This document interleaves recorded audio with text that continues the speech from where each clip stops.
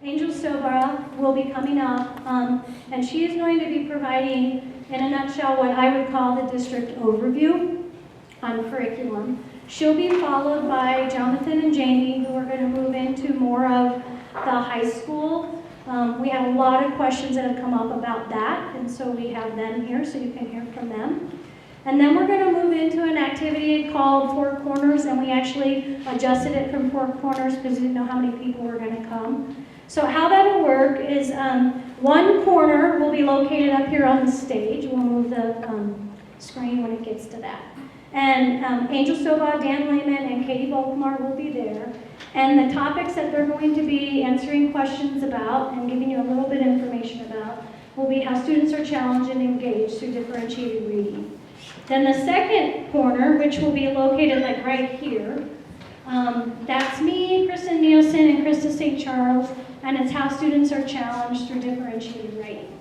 Then the third corner will be in the back, where that, like the little back row over there, which is what's our integrated 6th grade block that we've started doing this year, and that's Jeff Sanford, Mo Breed, and Quinn Daly. And then Jamie Rodriguez and Jonathan Wright are going to go over to the cafeteria. We'll open those doors, and that's where we're going to make the fourth corner, and that'll be about high school preparation. So how we set it up to try to get everything in is if you wanted to go to each of the corners, you should spend about 6-ish minutes at each corner, but you can also go to one corner and spend all of your time there. That's what you choose to do this evening. But the counselors will be going around and quietly letting each group know when that time frame is there so that if you do want to try to get to all of the places tonight, you don't lose track of time. The note cards that you have with you, those are for you to capture comments that you have or questions that are coming up. If you run out of time to ask some of your questions, that way you can keep track of them as you go. If you would please leave those with one of the presenters or one of the staff members tonight before you go. We're going to be taking all of that feedback on those cards, and Angel and Mark and I are going to be looking at that and figuring out next steps, including the processes we will use to engage a stakeholder group at Centennial to continue looking at that feedback. And we'll continue to provide updates on these next steps through the e-blast. So that will be where you can go to get your information kind of where things are going. Okay? So with that, Angel's going to get us going here on the district overview. Oh, sure, I can do that. But it is up too. Light-wise, is that pretty good? If we turn the light off, you kind of feel like you're sitting in the dark. Can you see that pretty well? Okay. So one of the questions that's been asked, and we put it here in writing, kind of why we were making the change that we made. And it's actually a change that teachers at Centennial have wanted to do for quite some time. As you know, teachers go through professional development all of the time, and many of our teachers have been working on advanced degrees over the last few years.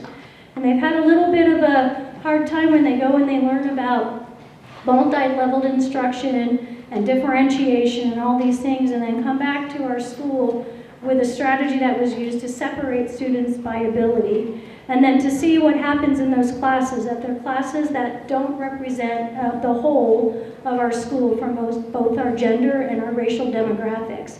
And they've been struggling with that for some time. So last year, as we really started delving into that and looking at the best practice of instruction for language arts, and working with Jonathan, who also is part-time district content specialist, with all of that is where we kind of went around because we wanted to do what we believed was best for kids. And so it was in that light bringing together what we have learned, what the experts have learned, who teach your children to do what's best for kids. So Angel's going to move forward now and talk about how that connects with the district's curriculum. I will attempt to stay within my time frame, although I do like to talk. So, 45, isn't it? I said I like to talk. So thank you and welcome. I'm very glad to be here and I appreciate being invited. I want to make sure that you do have the materials that we're going to be talking about. And watch out for propelling objects. So if you would make sure that you have one of the handouts from the back. and then also have note cards with you. And as we go along, we wanted to provide you as much time for as much information as we can. So we do ask that as you have any questions or comments, please do put those on the note cards. And as we break into the four corners, that's a time to ask questions, as well as giving them to us at the end so that we can continue to look at those and meet your needs. So one of the questions that parents have asked is, what does the structure look like for language arts classes across the district? So we've provided some information for you on that. You'll see that along the left side, you have each of our middle schools, and then how they are currently structured as of this fall. There have been some shifts throughout the years, just as we're shifting here at Centennial. And as you can see, there are many schools that have the mixed language arts classes in all 3 grades. There's some of our middle schools that offer mixed language arts classes in 6th grade and have separate advanced classes for 7th and 8th.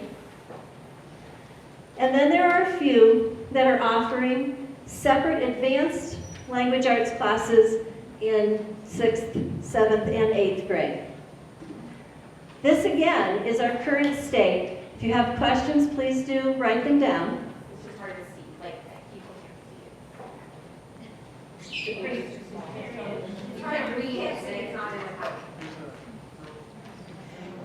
So again, so to summarize the information, and we can get this for you, and Dana can get this out to you. Should I turn all the lights off? No sleeping. Should we try it? Not all of them, please. It won't work, but the video won't work. Then just leave it. This is going to be posted too. That works. Better, thanks, Dan. Patricia, can you still take? Yes, that works.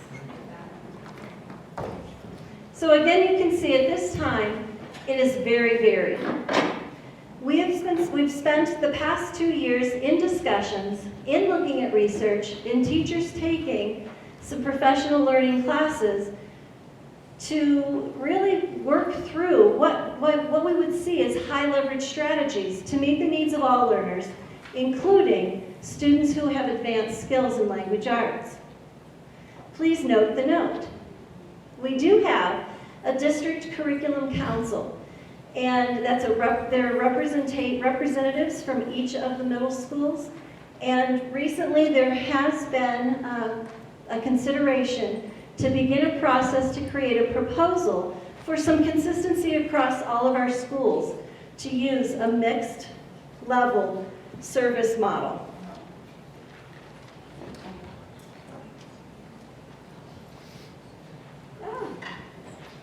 This is in a different order. There we go. So as we talk about our structure across all of the schools, we'll also look at the process within each of our schools. Let's first start with what's common regarding our standards and our curriculum.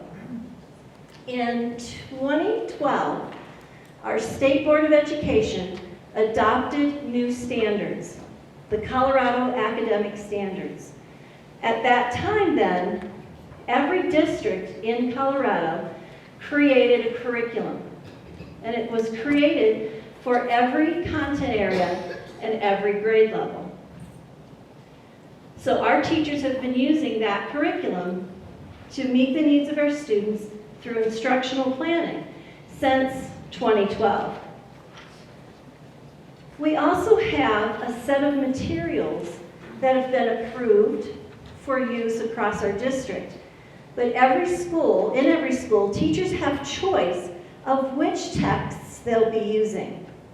It's a vast list of titles, and teachers, again, look at the needs of their students, discuss what topics they're going to use for incorporating our process skills and language arts, and select texts. So there's choice in each building for the materials, but the curriculum is the same no matter which building our students are in. Then we also offer training so that teachers can learn to use those materials, adjust their instruction for learning to occur for all students. Let's take a minute to look at our curriculum, and you have a copy in your handout as well.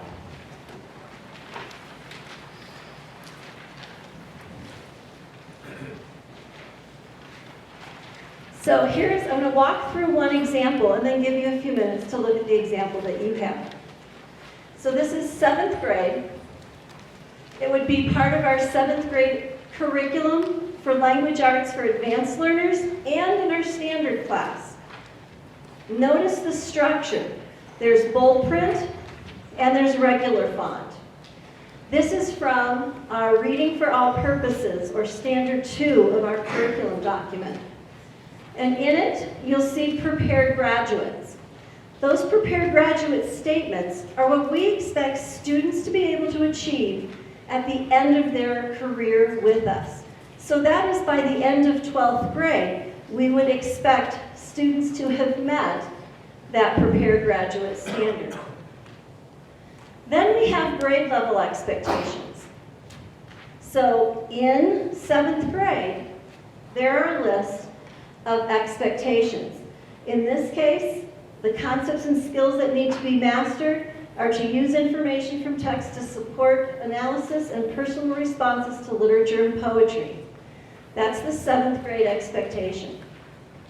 Then under that, you have the standards broken out even in more detail. And those are the key ideas and details. You'll see them in the document you have too. In this example, there are 4 different detailed standards. You'll notice the bold print within each. The bold print is what is expected of our advanced learners in 7th grade. So all students in 7th grade, for example A, all students are expected to cite several pieces of textual evidence to support analysis of what the text says explicitly, as well as inferences drawn from the text. Every learner in 7th grade, in every one of our language arts classes, needs to meet that expectation. For advanced learners, they must also distinguish between a strong and weak inference. So within our curriculum document, we have one curriculum document that represents both the standard expectations as well as what advanced learners need to be meeting. Take a minute to look at the example that you have. You have a reading example and you have a writing example. Take a few minutes to get familiar with it and look for what is expected of all and expected of our advanced learners.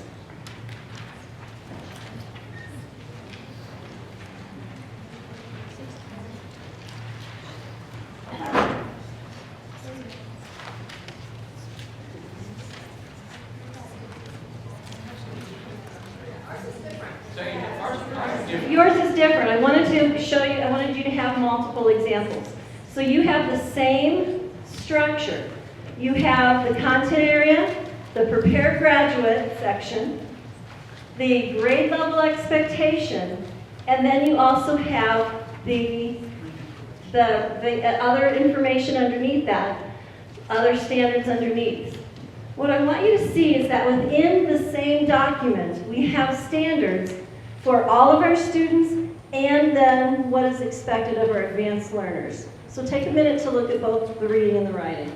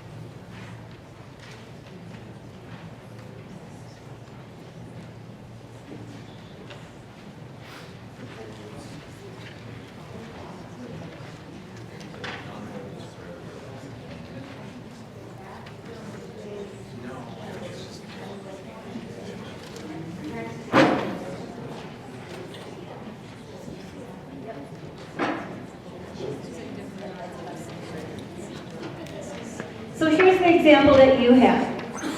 And again, we want you to see, I showed an example. This is a lot of dense information that's in the handout. I knew it would be very difficult for you to see up on the large screen. That's why we put the one example up separately. So this is what you have. And again, you have the prepared graduate statement. By the end of a student's career in BVSD, they need to meet those prepared graduate expectations. And all teachers from preschool through 12th grade have that end goal in their curriculum. Then there are the grade level expectations. As you can see on yours, and you can see up here, that is in the gray. Every student needs to master that grade level expectation. And this is a 7th grade example. Then on the left-hand side, you have the evidence outcomes. Again, what do all students have to master? Each of those standards that are listed below, each of those grade level expectations or evidence outcomes, what is not in bold is what's expected of all learners.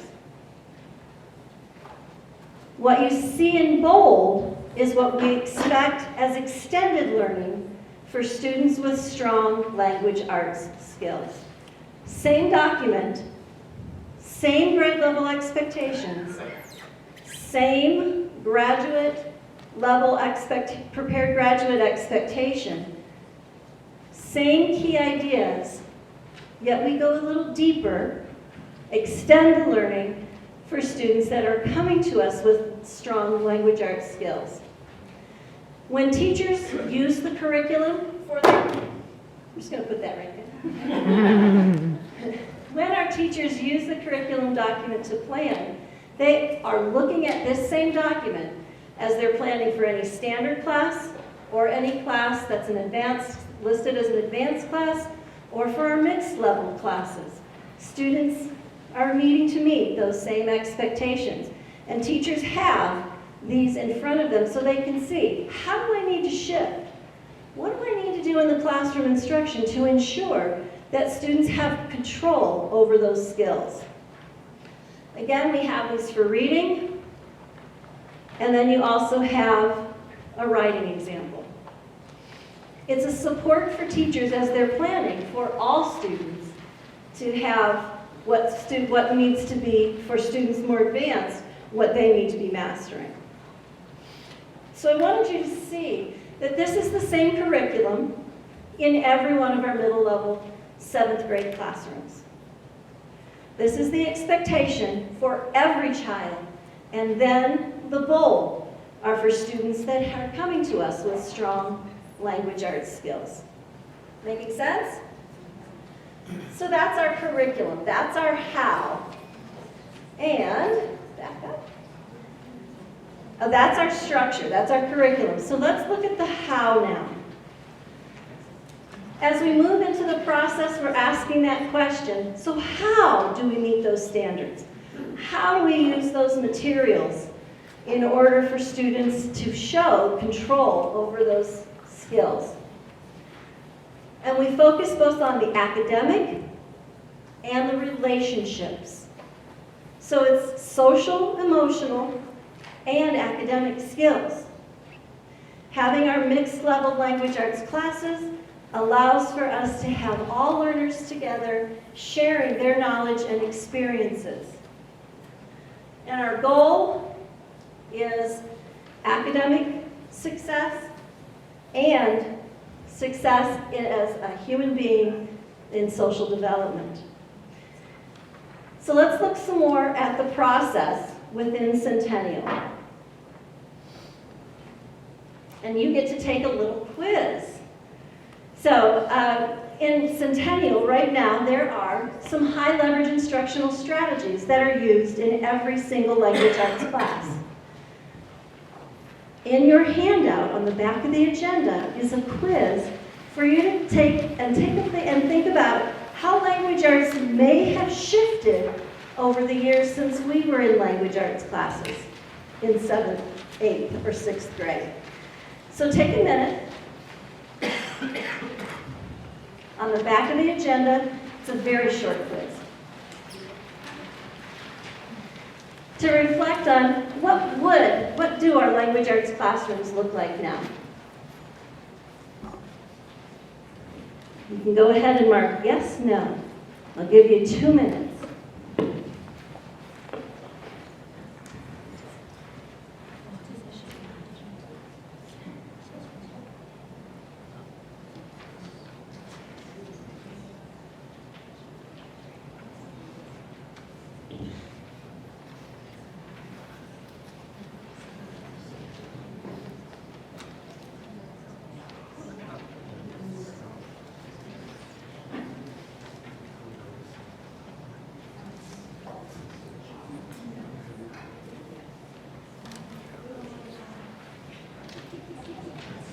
When you're done with your quiz, go ahead and share with someone close by and see if you came up with the same answers.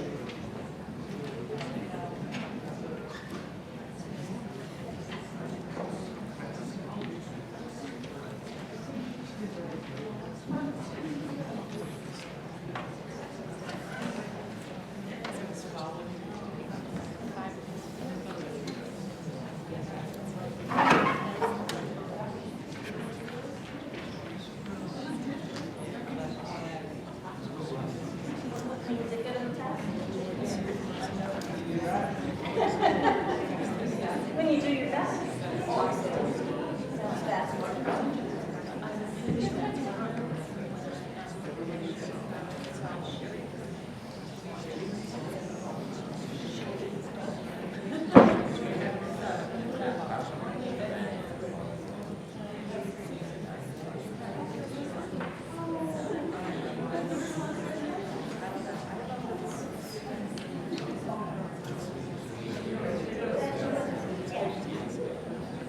All right, I hope the high school teachers did good on this test too. We'll see.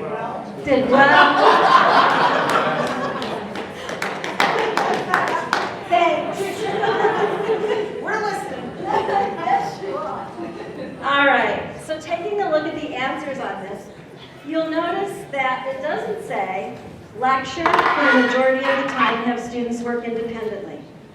I know when I was it was a while ago, that's a lot of what our language arts classrooms looked like growing up. We've made some instructional shifts toward some high leverage instructional practices. One of the first ones is to use formative, ongoing assessment for continuous planning of instruction. So that should be a yes. How'd you do on that one? All right.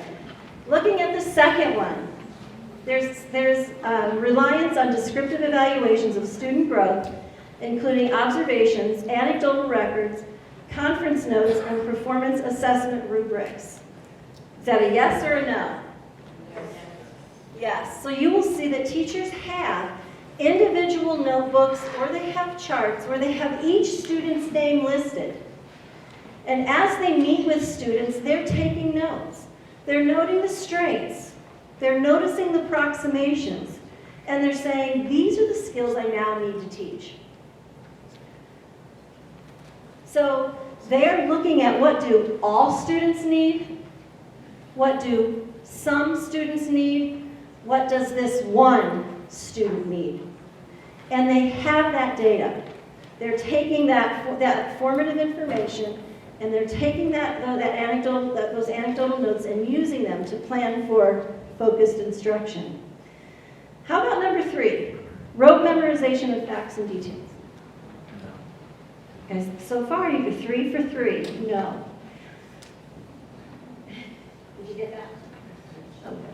So moving away from item knowledge to really knowing how to get the information, and then also how to synthesize the information deeply, rather than a wide knowledge of factual information that changes. In our lives now, that factual information changes pretty quickly. The next one, solitude and working alone.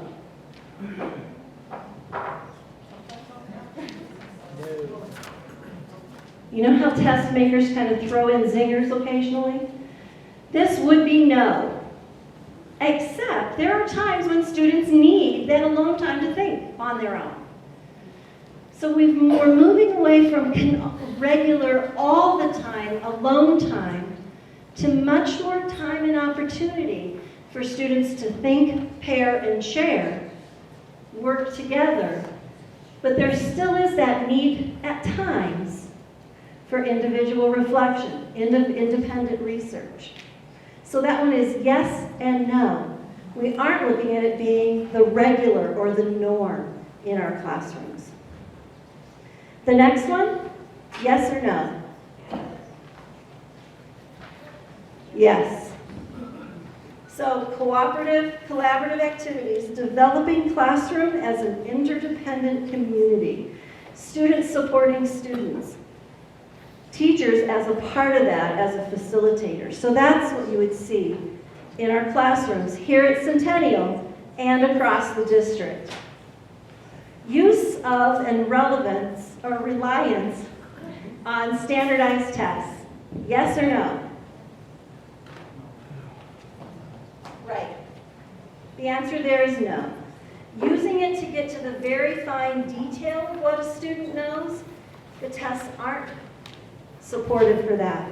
They give us the general information of what students know. So it's used a bit, but we rely heavily on the day-to-day formative evaluation and summative evaluation that our students use.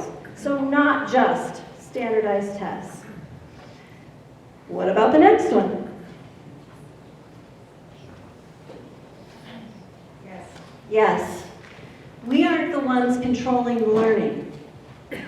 We are teaching students to control their learning. And we are the monitors of that. So that they are setting the goals with support from the teachers. They are record keeping with support of the teachers. They're learning those work and study skills so that they can be strong, independent citizens out in our world. Student-student interactions. Yes, you're going to see much more of that than there probably was when we were in our language arts classrooms. Flexible seating and working areas in the classroom, much more. Doesn't mean desks can't be in rows. Doesn't mean you have to have table groups. It means that there's flexibility to move as needed for whatever the outcome of the work is that students are doing. Focus on covering large amounts of material. No. More people do that with their hands. Or shout it out. No. Again, it's the less is more statement. Let's go deep. Let's extend learning rather than saying you need to know all of this. You need to know all of this very well and deeply. So that one is a no. Classroom time devoted to fill-in-the-blank worksheets, dittos, and workbooks? No. I see some smiles on those. Did you enjoy doing those? Did you take that learning and transfer it to other content areas into your own life? No. So you'll see authentic reading, authentic writing for authentic audiences. And choice for students. This one is a yes, and it's one that we've grappled with across our district in language arts. How much choice does a student have, yet how much do we need to expect them to do in order to master those standards? So that one's a little tricky, but students do have choice, yet teachers do support the learning within the classroom. So there's choice within boundaries. Give yourself a grade.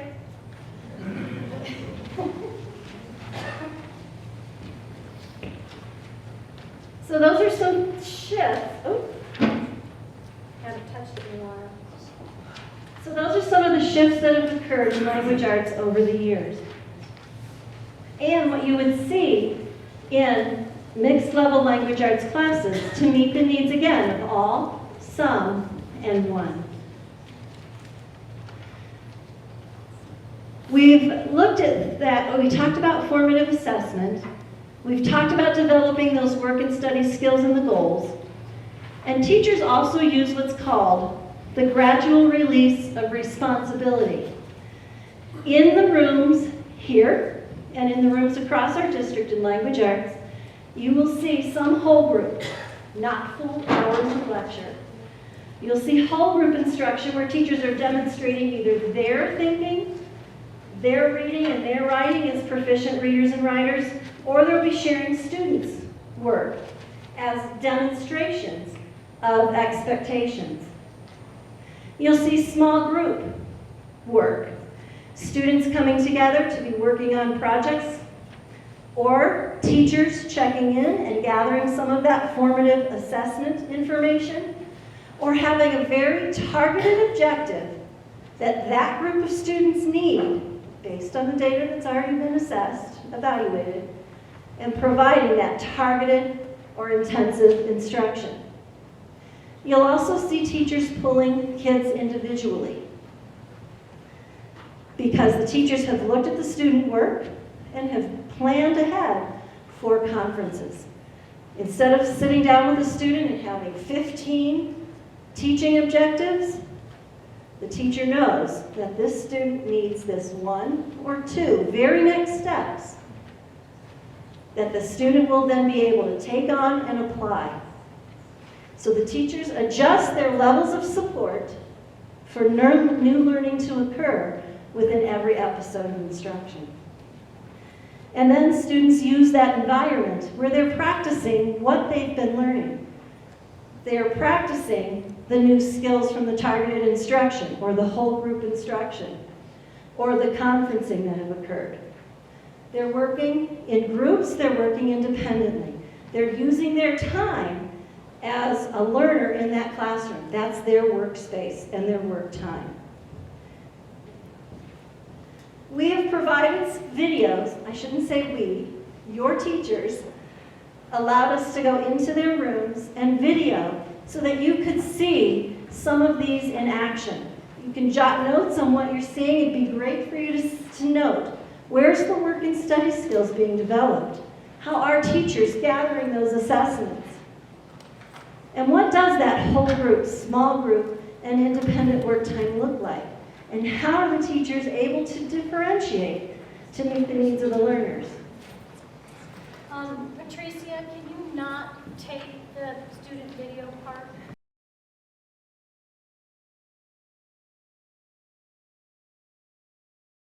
Now to talk about, so where do we go from here? So 6th, 7th, and 8th grade, moving on to high school. Many of your children will go either into Boulder High or to Fairview. We do have the teachers from both of those schools. Jonathan Wright from Boulder High will speak to the whole group, and then in the small breakouts, you'll have the luxury to meet with both teachers and ask your questions. I don't think so. You all can hear me? No, I think I'm your I don't need video sound either. I don't think I need either one. Thank you. I'm Jonathan Wright, and I teach at Boulder High. Right now I teach AP Lang and Comp. That's an advanced class to juniors. And I'm also the co-department chair at Boulder High. We've got Jamie, my colleague from Fairview here, but he and I met and we said, well, what do you expect at Fairview? He went through a list of things. Well, that's what we expect at Boulder. Turns out we had more or less the exact same thing to say, so it didn't seem to make a lot of sense to have two of us going back and forth saying the same thing. So, I'm also a district coordinator, so secondary language arts district coordinator, which means I get to go around to all the different schools and work with different teachers in the LA departments and that sort of thing, and see a lot of practices throughout our district. So those are really my two roles, and in the second role, I also do a job embedded PD program, where there's a lot of observation and mentoring, and in fact, we have 4 teachers here who are in that program too, for professional development. Now, I want to talk, and I'm going to try to keep our time quick, because I know it went a bit long, and I want us to make sure you have time for questions. But I want to talk about really 2 things, because I think we're here about concerns about achievement, and what is going to lead to the greatest amount of achievement for our students. And so what I want to talk about is, well, what leads to achievement? What are those practices? And then also, what sort of student characteristics lead to achievement? So what are the practices and what do the students have where that happens? And I always go to this guy, John Hattie, and he does what's called meta-studies. And a meta-study is studying studies. So if you had lots of studies about, well, what happens when we detract students? And, you know, maybe this person did a study and another person, well, when we look at all of those, can we see a trend? And that would be meta-study data. Well, he looks at meta-studies of meta-studies, so he's a meta-meta-studier, I guess. So anyway, we have like these huge studies. So he looked at 1,000 meta-studies, 50,000 studies over 240 million students to sort of figure out what works, what doesn't work. And so I just want to share just little bits about that quickly in the brief time about, okay, so what does work? What leads to achievement? And part of this is all about this effect size. In other words, what has an effect and more or less what has no effect. Well, it turns out just going to school is a good thing. So, you know, going to school versus not going to school, you get an effect size by going to school. The effect size of just going to school, anywhere with any teacher, is somewhere between 0.2 and 0.4. So that really doesn't matter what happened. You're in a school, there's learning happening, there are kids learning, so boom, fine. Now, just having a brain and actually growing older, you get an effect size right up there, developmental effects, between 0 and 20. So you're going to grow just by, you know, eating potato chips and playing your video games, I guess. But we don't really care about that, and we don't really care about the teaching one, because what we want is, well, how can we get even greater achievement? How does that happen? So how do you get to that zone of desired effects, where we get effects of 0.4 or more? So I just want to talk about a few of those to see kind of where we get that. Now, interesting, number one thing, students reporting their own grades. Students like, woohoo, straight A's. Well, no, it's not that easy. I mean, they have to have actually criteria. What is that criteria for an A? This is what A work looks like. These are the things it would have, and I have lots of examples of what A work looks like, and I can look at my work and I can see, I've done this, but I'm failing, I'm not doing this yet, here's my learning goals, move forward. When students can actually accurately assess their own work and decide where they need to move with their learning with a teacher's assistant, it has a 1.44 effect size. 1 is 2 years, so 2 years gain versus the average 1 year in a standard year. So 1.44 off the chart. The other thing that has a really big effect size, I believe it's 0.75 there, is just getting good and timely feedback. And that's a little bit of what we saw in the video, of just here's feedback on what you're doing, it's personalized, it's actionable, that sort of thing. So consistent feedback. We know that. Now, an interesting thing that came up in the research too, though, is just teacher credibility. You may think I just dressed up for you all tonight because I was presenting. But no, I actually dressed like this at school. Julie, our counselor, she can attest to it. You know, it's a pathetic attempt at credibility, I admit, but you know, I do what I can because I know that teacher credibility is a big thing. Now, there's a lot we do as teachers to make ourselves credible, you know, being organized, classroom management, knowing our material, all of those things. So I can do that. I can, you know, spend too much money on clothes. What I can't do, though, is necessarily control what other students say, who aren't in my class, who want to say, he doesn't know anything. Or what parents say about teachers. And then what the terrible thing that can happen is if a student doesn't believe their teacher is credible, they don't learn as much. They could be in the room with the greatest teacher on the planet. And if they don't think that teacher's credible, they're not going to learn. And in fact, just believing your teacher knows what they're doing, effect size of 0.9. So, you know, that is really big. I know, and I bring this up for obvious reasons, because I know there's a lot of discord in here, but I do, regardless of your beliefs and where you're standing on this, try to make sure that you're supporting the teacher in your student's mind, because they're going to learn more then. And, you know, whatever disagreements, I would try to keep them out of it. Is why I bring that up. Low effect. Now, low effect does not mean negative effect. It just means it doesn't do much. So, low effect, class size. Teachers hate to hear that one. Guess what? You know, class size, it doesn't make that big a difference. We're talking like a class of 20 versus a class of 30. Students achieve about the same in either one. Doesn't make a big deal. Students like this one, homework. Not a lot of effect. You don't have to do it so much. It's not so good. Students like, woohoo, yeah. But the problem is that's not totally true because once you get into high school, it actually does have a higher effect size. So as students get older, as long as the homework is targeted and it's practice and they already have knowledge about, then the effect size goes up to about 0.6. So as students get older, increasing levels of homework become helpful. the thing that brings us all here, right, is tracked or untracked classes. Here is what the research, 50,000 studies tell us. It doesn't have much effect on achievement. Detracking is not going to magically make everyone do better, but tracking and having those levels isn't going to magically make people do worse. So the effect size of that one is actually 0.12, tracking or detracking. It has the same effect of just not going to school at all. It doesn't matter so much. So fine, good. I'm hoping this is good news if you're worried my student is going to do well unless they're in an advanced level class.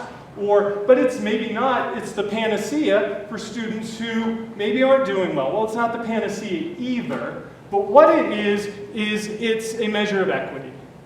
So what it does do is it doesn't have sort of this separate but equal sort of idea. It says, you know what, since it doesn't have an effect negatively on anyone, let's put everyone in there. And I think, when I was in my student training program, there was a little parable that I thought was cheesy at the time, but nevertheless it stuck with me. It's about this, there are all these starfish. So there's this old guy, and he's walking down to the beach, and he sees thousands of starfish on the beach. And the sun's beating down, and they're out of the water, and he sees this figure sort of off in the distance, sort of reaching down and doing something. And he comes upon this figure, and it's a small boy. The small boy is picking up a starfish and throwing it into the sea, and the man looks, son, what are you doing? There are thousands. You can't hope to make a difference here. They're going to dry up and die. And the boy looks down, picks one up, and throws it in and says, well, I made a difference for that one. And I guess that's what I would like you to consider when we think of this idea of tracking or not tracking. When we have all our students together, it harms no one, but perhaps it puts a student within the commerce of ideas who wouldn't have been there. And there may be that starfish that then ends up in my AP class at Boulder High who maybe wouldn't have, because they ended up, in a certain track of class that made them feel like they didn't have those skills. The research does not say that's going to happen frequently, but it could happen some, and it looks like a more equitable system. And your child won't be harmed by it. That's the major thing I wanted to mention. Now, that said, at high school we track. We have advanced classes. They have them at Fairview. They have pre-IB and IB, and they have AP. We, of course, are an AP focus school at Boulder High, so we have lots of AP and advanced. So you want to know, what are effective students in all advanced classes? And Jamie and I talked about this, and I've talked about this with lots of other teachers. And students who do well in advanced classes generally have several of these characteristics, not always all. They enjoy whatever it is they're in the advanced class in. Students who love and enjoy reading and writing are probably going to be fine in an advanced class for reading and writing because they love the discipline. It's kind of like that major in it. They have good student skills. They're motivated and responsible. They do the work, they're motivated to do the work. They also self-advocate. This one is huge. So we have a thing, TAP, Teacher Access Period at Boulder High, and students will come in and ask for feedback on their essays. It's my best writers that often come in and say, you said I didn't explain my evidence well enough to sort of link it to the purpose, but I don't really see how I wasn't analyzing. And they'll sit down, I'll explain it, oh, I see, and they move forward. They didn't have to do that. They already had a B+ on the paper. But they want to know more. So self-advocating, never being satisfied with just the status quo and getting by. Huge skill for advanced learners. And look, intellectual capacity and curiosity matters. If you have an intellectually capable and curious kid, they'll probably be fine, is the bottom line. Now, specifically in LA, what do we need? We need, coming into high school to be in advanced class, you need to be able to read. You need to be able to read independently. You need to be able to be handed a novel that you may not like, that may be really boring and being written by an old white guy who died 100 years ago. And you need to be able to be handed that and said, okay, read 100 pages by Friday, and you need to be able to do it. That's one of the things that's going to be expected. And if the kid can't do that, they're going to have trouble. So they have to have sort of those skills in place. They need to be able to write confidently. You put sentences and ideas together and structure paragraphs to make some sort of cohesive statement about something. And that means informing, explaining, writing analytically, arguing, that sort of thing. They should like talking about ideas with other people. So they should be willing and able to talk about things with people. And again, I mentioned the analytical. That's big. Now, this gets to just yesterday at Boulder High. And the 9th grade team was talking, and they were having a conversation, and I walked into their room, and this is what they were talking about. How do we ensure that all our 9th grade students have access to pre-AP type information? And how do we make sure that we're not doing things in our 9th grade classes that aren't the advanced classes to make sure we're not excluded? So it's conversations we're having too. This is all, I think, about access and sort of that idea of course, do no harm. How do we do no harm while providing access to all? And of course, what I know Jamie, my colleague, wants at Fairview is what I want and we want at Boulder High, which is to have the most highly capable, motivated student body coming in that we can. And of course, we want those advanced learners to succeed, but we really want all of them. Jamie and I will be in the cafeteria, I guess, to answer any questions that you might have. I wanted to seal Julie into my group. I didn't realize you were getting taken off by the counselors, but maybe Julie will dash out with us too. But thank you for your time. I appreciate it. Okay, so, and Dan, can you turn the lights on? Thank you, right there. So the next part, the counselors will come around about every 6 minutes. This should take just under 30 minutes for this last portion of the event. There are 4 corners. So again, up here on the stage, Angel, Dan, and Katie will be there, and they're going to be talking about how students are challenged through differentiated reading. You'll notice there's a few pages in your agenda that haven't been talked about. Those are for the different corners that you'll go to. The second one here at the front of the auditorium is differentiated writing, and Kristen Nielsen and Krista St. Charles will join me here. At the back of the auditorium is the 6th grade integrated block with Mo's already over there. Look at you, Johnny on the spot. Quinn Daly and Jeff Sanford's going to join them. And then Jamie and Jonathan are in the cafeteria for the high school preparedness. So you go there, they have a little bit of information, then it's questions and answers. What we've asked is when you get there, if you can find a seat, I know some of you are tired of sitting, it's completely fine to stand up, but if you'd stand up behind the people who want to sit down so that people can hear and see the presenter answering the question. If you could just do that. You can go and stay in one corner the whole time. You can go and split your time in 2. The timekeepers aren't trying to annoy you, they're just trying to give you a little bit of time in case you want to try to get to all 4. And then we'll be back here after that. Okay? So transition. Thank you.